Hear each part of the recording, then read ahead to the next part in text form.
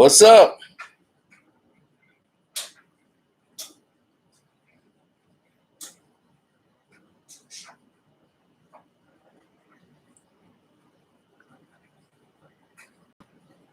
I don't know what's happening here. Blacks are getting their reparations. I kid you not. The brothers are getting their reparations. I thought I'd never live to see the day. The first U.S. city in the world, the United States of America, is giving out reparations to the brothers.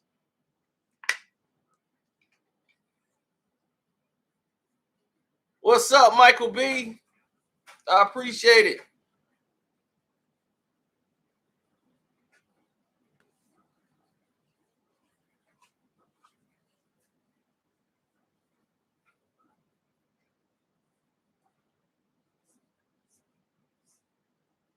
Now, you know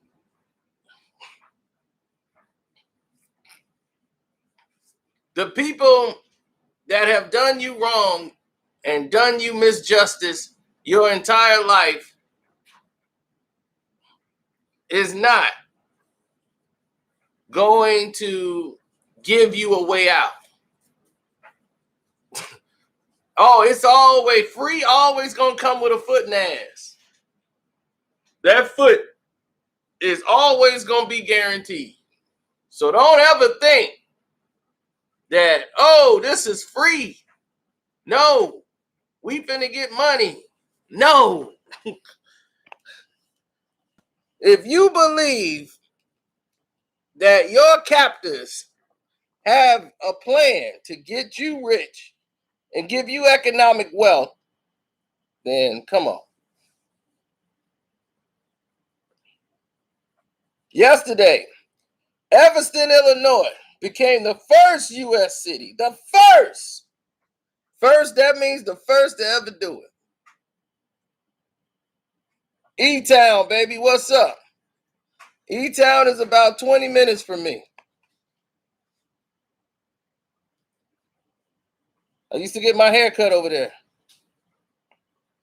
They're going to make reparations available to all of its black residents for past discrimination and all the lingering effects of slavery.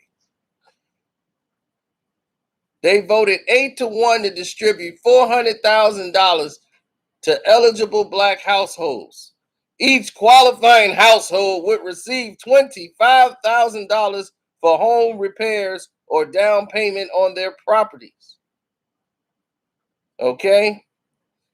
Now, the program, which is being funded through donations and revenue from a 3% tax on the sale of the recreational weed, the city has pledged to distribute $10 million over 10 years. But here's the thing. Qualifying residents must either have lived in or have direct descendants to a black person who has lived in Evanston between 1919 to 1969 and who suffered discrimination in housing because of city ordinance, policies, or practices. The Alderman Ruth Simmons, who proposed the program that was adopted in 2019, when they put this thing together pro bono, and they tried to challenge it in court, what they did is they set it aside for the injured community, which happens to be black. That was basically injured by the city of Evanston for anti-black housing policies. The alderman, what's her name? Cicely Fleeman or whatever. She was the lone vote against it, saying she still supports reparations, but what the city was debating is a housing plan that is being called reparations. And that one person that voted against it knew exactly what I was saying. The people should dictate the terms. Why are you dictating the terms? You see, this program is a patternistic way to assume black people can't manage their own money. Hundreds of communities and organizations across the country are considering providing reparations to Black people, from California to Amherst, Massachusetts, Providence, Rhode Island, North Carolina, Iowa City. And what they're doing is finding a way to give money to Blacks to get things that they want anyway. You're going to give money to somebody, then tell them what the hell they could do with the money.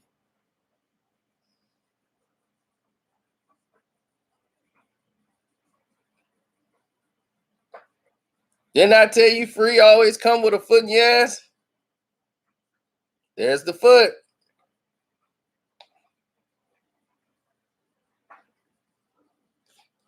So they want to allocate money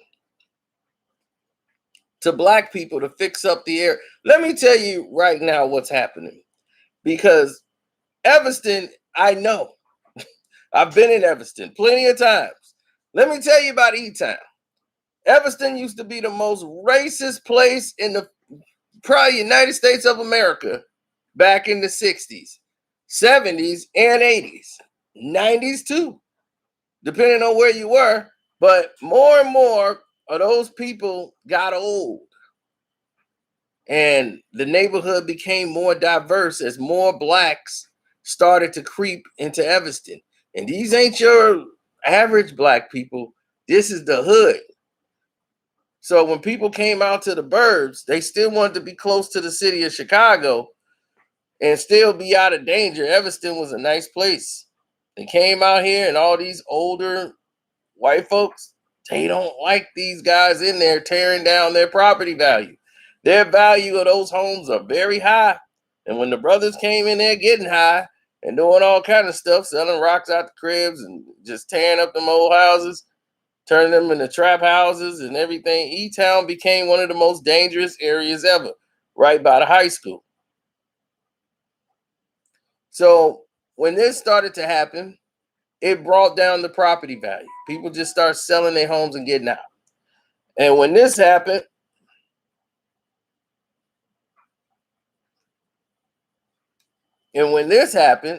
well, the city don't have millions to give. Plus, they're not definitely going to do that. That's a federal thing. And they need to do that ASAP. But that'll never happen. Now, here's the thing though. Now that they reallocated, and what they're basically saying is they're using the money that's coming from weed sales. So basically they're using drug money to pay you to redo your houses. The legal drug money that they got, they're gonna use that to get you 25,000 if you qualify. We're gonna get back to all of that. Let's get back to where E-Town is. So E-Town is divided from those old white people who don't want to move. They're too old to move from them houses, and they're gonna stay there until they lasting years. They're not gonna sell. Their houses is worth a lot, and they want to keep their area going. So you have old Evanston, old E-Town, where they're holding on, and then you have the other half of Evanston, which is just Beirut. So now those houses over the years, which I saw it get totally just changed within the late 90s. Now in the 2000s, 20 years later, I can imagine what E-Town looks like now. And I can imagine what they want to do with the money. They want to give the money to the Blacks and have the Blacks do that. So it's a certain taxation thing that can go and take place instead of them, the city itself, renovating it and being taxed, spending the taxpayers' money to do it.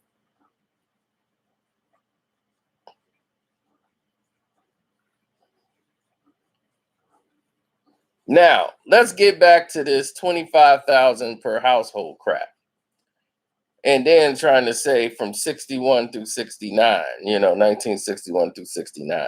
What about 70?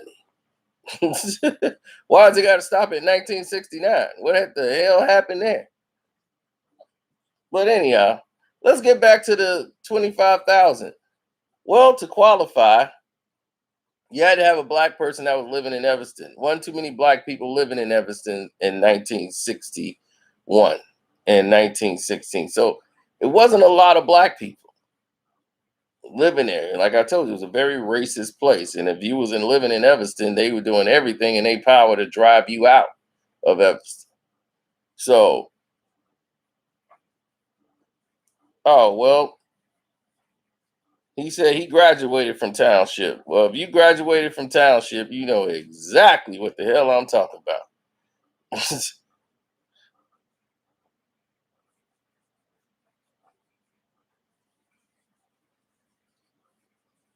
So, you know, on that one side over there where the barbershop at, on town, on the way down, you know, it gets rough.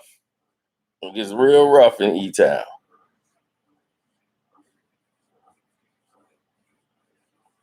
So what they're gonna do is disqualify you. All these black people in E Town gonna be coming up thinking they finna get money. They're not.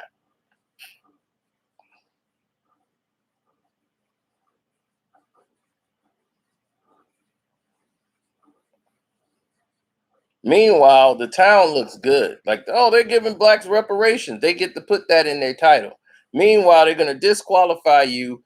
They're gonna disqualify 60 to 70%. Businesses use this tactic all the time when they be giving out like banks and all this, when they be like, oh, we're giving out loans, the African American loan, and then they have all this underlying things that's gonna disqualify you. As soon as you walk in there, you go like, oh damn.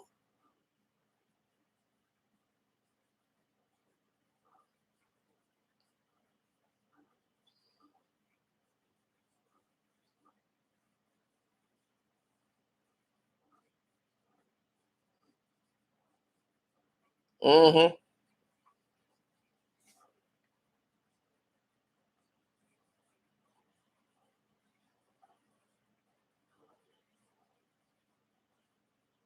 How long ago was this? He said I was recruited from Westinghouse. Oh man, so you was out west, man. I'm like, this must have been a long time ago. They're gonna disqualify you, and they're gonna disqualify at least 70% of the people that try to go in and get this money. So it looks pretty when they're showing it to you and telling it, oh, it looks like a nice thing, but $25,000, and they want you to use it on repairs for your roof and everything else. Because what's happening is Evanston is losing their community. This is the same thing, 94 through 96. Okay. Right. See, you were right at the cusp of the turn. During that time, blacks were starting to go to township. Like they were just starting to come out there. You were one of the wave of the first. In 1996, the like 95, 96, during that era, it was a bill that was passed to allow Section 8 to come to the suburbs. That's when they decided they was going to start tearing down the projects. So around 97, 98, the buildings were tore down. Section 8 was approved in the suburbs. Now the hood and the ghetto can come all the way out here. So a lot of people was reallocated out this way. So you start watching the demise, and in 2 years, it was a whole different world.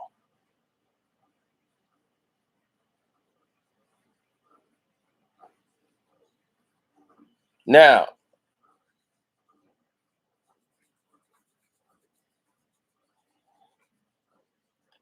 you have in places like Akron, where LeBron's from, where their community is being lost. If you went over to Akron right now, you would probably throw up with how many people are being evicted. And this was before COVID.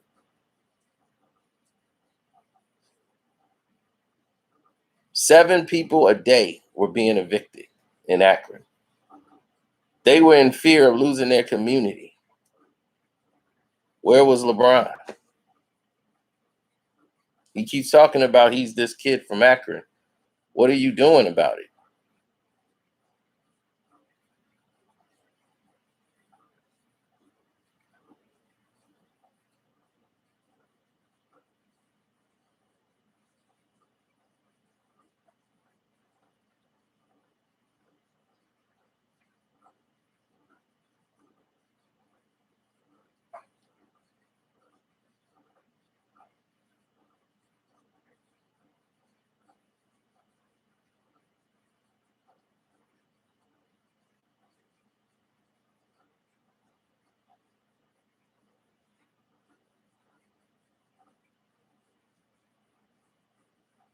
Well, you got to look at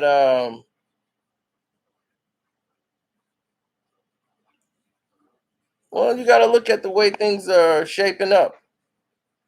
You're looking at a team that's put together, a government team, a city team of officials who got together, and the one person that voted, remember the vote was 8-1. The one person that voted against it, I always want to listen to the person that voted against it because usually they make the most sense. And like they said, how you gonna tell black people what to do with their money?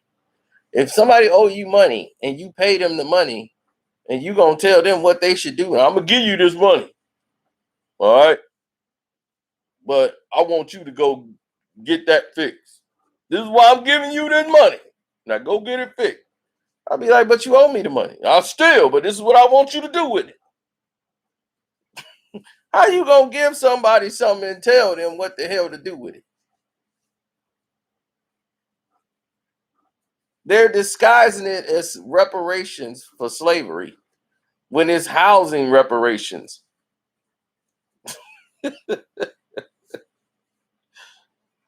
So, and I'm like, Evanston was like one of the most racist places around. Um, it's a lot of places that were just extremely racist. Schaumburg is still kind of like that, but now that's changed. But Schaumburg used to be one of the racist places there. I remember my one of my college professors, used to tell me about how it was, being in Schaumburg, and he's like, man, I don't know how it happened, but I was in Schaumburg, and then next thing you know, I was with my friends, we're having a good time. Next thing you know, I'm by myself, and and the things that his parents had taught him about, like, it's just nothing but white people walking around, and this was a very different time and era, and the white friends had basically brought him there, and this was like they were having a good time. Next thing you know, the black person was there by themselves, and the white people were gone, and they were in the mall, like a little shopping area used to call One Schaumburg's Place. It's a little strip shopping mall that's indoors,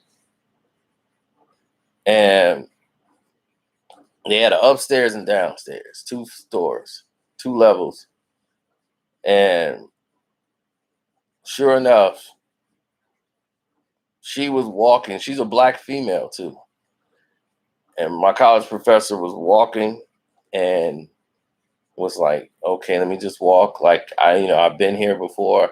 I don't know to go outside, but I need to get to a payphone to see if there's anywhere I can get out of here. And sure enough, as she was walking to go out, walking downstairs, you could look downstairs and see the other person walking. She's like, coming across was this other black person by himself walking by, and we just gave each other what's known as the black connection wave. Like, it's like a wavelength that blacks have when they recognize each other and say, like, hey, okay, if something go down, I got you, you got me. And it's an unspoken language, but they both was like, all right, cool. Yeah. All right, it's another one of us here. Like, if something's go down, at least I know I got somebody to fight with, and I'm with you. So they were giving us education. I was probably the last class to come up out of that nurturing system.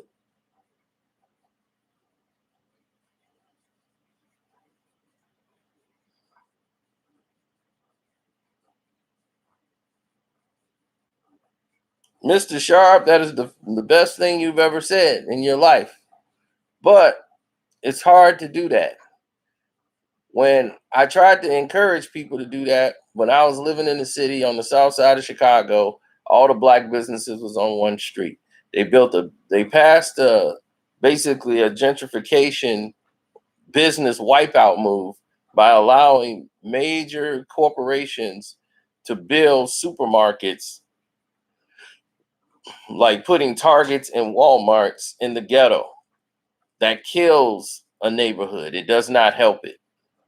Like, no, we're giving jobs. No, you're destroying the mom and pop small black businesses that's in that area. And that's exactly what they did. They wiped out all the black owned businesses. They said, okay, you won't sell us your property. We want this property because we want to build here. We want to get new owners. We don't want to have black ownerships. Blacks used to own everything on 87th and Cottage Grove.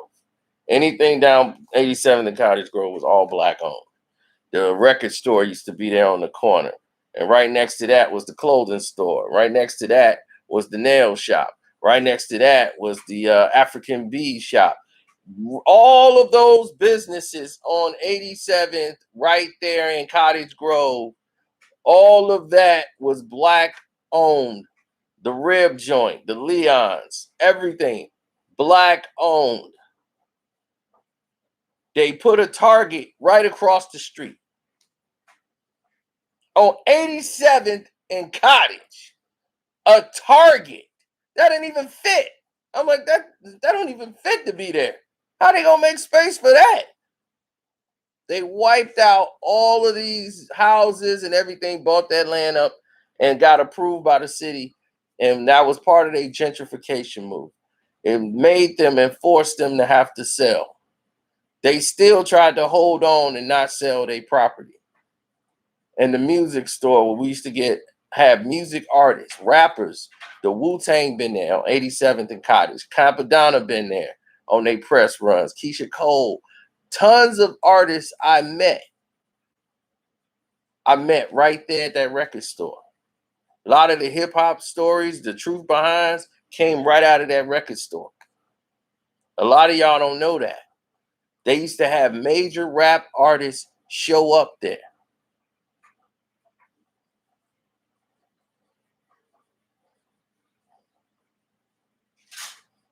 And the mom and pop shops, because they knew the mom and pop shops, that was where it was at. The mom and pop shop was going to get it done for you. The mom and pop shop was the reason why you was going to be able to eat. That was the hood.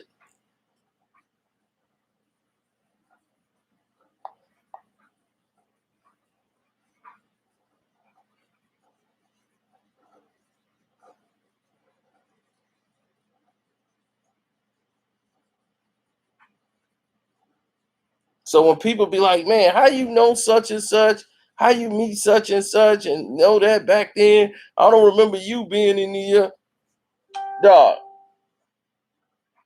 I could tell you a rapper that came in there. Dragon came into the doggone from Rough Riders. Dragon had his album come out. Dragon came to the city on 87th and Cottage Grove when his album was coming out. He came there to sign autographs and for people that was buying his records and all that. Dragon sat in there and gave up everything. You would not believe one of my main sources was dragged to the dash. Dragon sat there and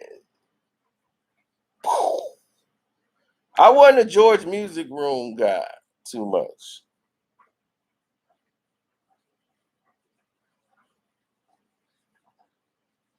It might have been there.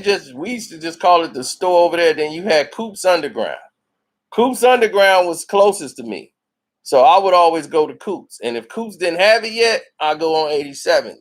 But 87 normally had everybody show up there. Like most of the rappers didn't go on Stony, on like what was it, 92nd? 92nd and Stony Island, where Coops Underground used to be. And I had that big Wu-Tang medallion.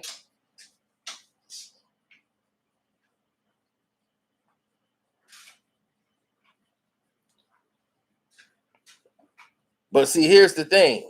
we would have these meetings in there to try to keep the black businesses. All the black business owners were fighting big corporate major corporations and trying to tell them, hey, it's important that you buy black.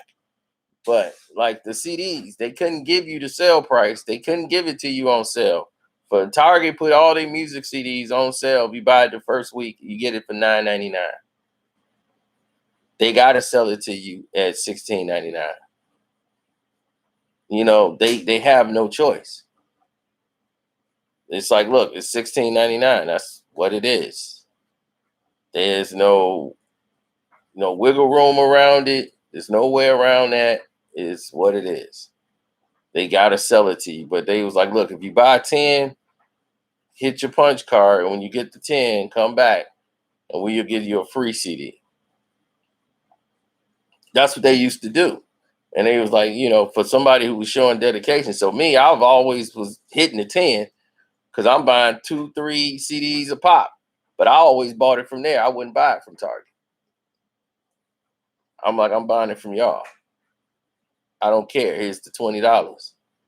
And he was like, man, you get it, man. I try to tell these people, man, it's just that you can't, when they see something for $9.99, they gotta buy it.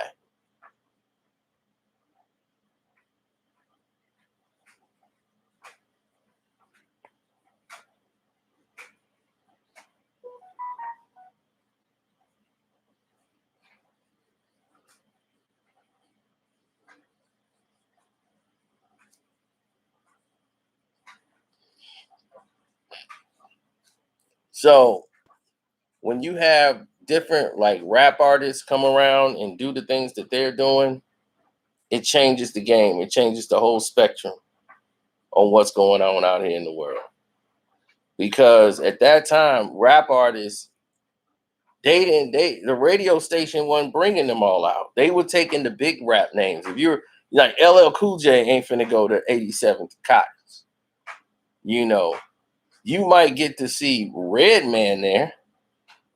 Redman to show up, and these are the people you want to see. The people that you want to see is not somebody that's going to be on TV and the radio. The artists you like would show up to the hoods because that was the core of where their money was coming from.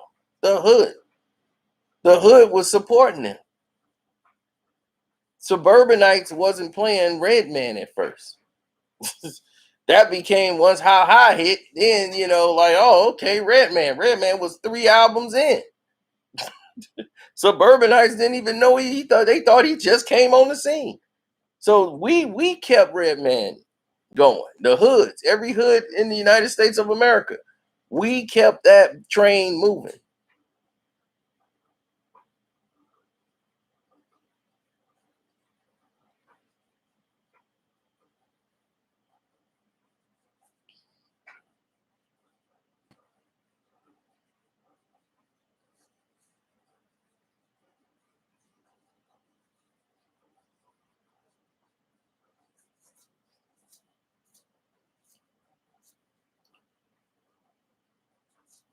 It was so many different things that went on at that time,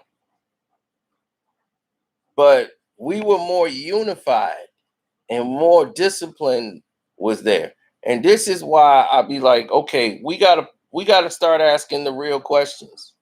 You know what I'm saying? We gotta start asking and getting involved because we always delegate it for somebody else to worry about. We bitch about it, but then we delegate it to somebody else. That's what we do all the time. So, and if you're not gonna be part of the solution, don't be part of the problem. You can't say I want this, I want that, and I want this, but you ain't willing to do anything to help yourself get it.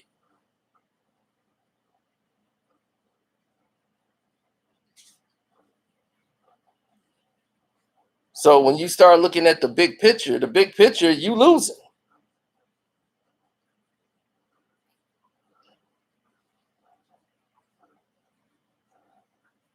They had Keisha Cole come here, and then they had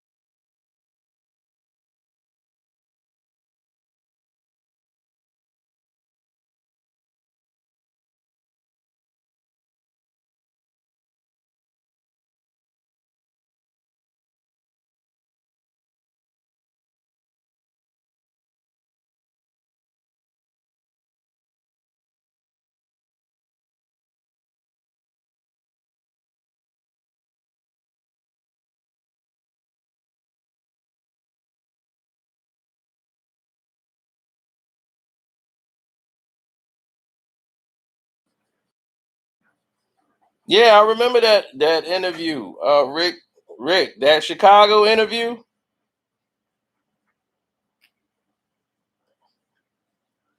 I remember that with Keisha Cole.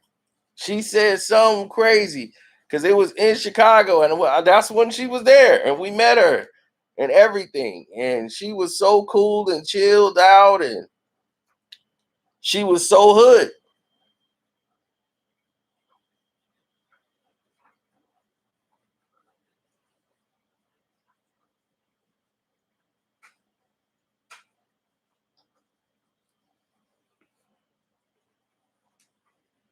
Ray and Ghost basically killed a lot of they when Pink House, rest in peace to Pink House. You know, when they came here that time, they got shot at, and they basically made Pink House pay them for a promo run that they was doing for free to promote their album, and then end up having to pay them, or they was just gonna walk out. You know, and once they did that, like they songs being played anywhere in the hood radio, it was dead. That was all dead.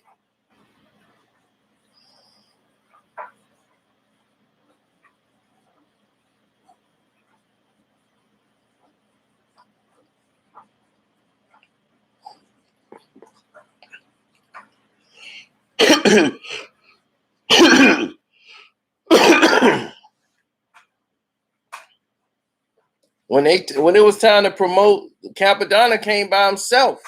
Ray and Ghost didn't come with Kappa. Kappa came with some of the people that he knew from Park Hill. These were some of his people. It was not one other Wu-Tang member with Capadonna.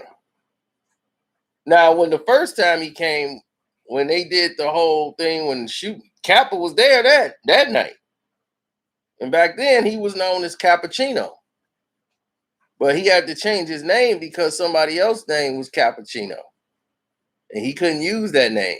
It was another rapper named Cappuccino, so they called him. He changed his name to Capadonna.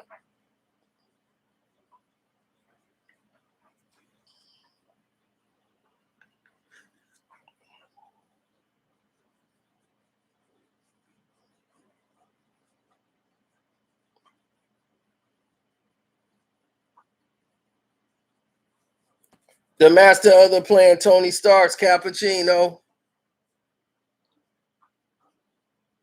So when they found out that Cappuccino came along and got on the track, and did it, like, it was epic when he came on the scene. But when his album came out, when Capadonna album was finna drop, and he's finna put the pillage out, Donna came here on his own. Ray and Ghost did not come back to Chicago.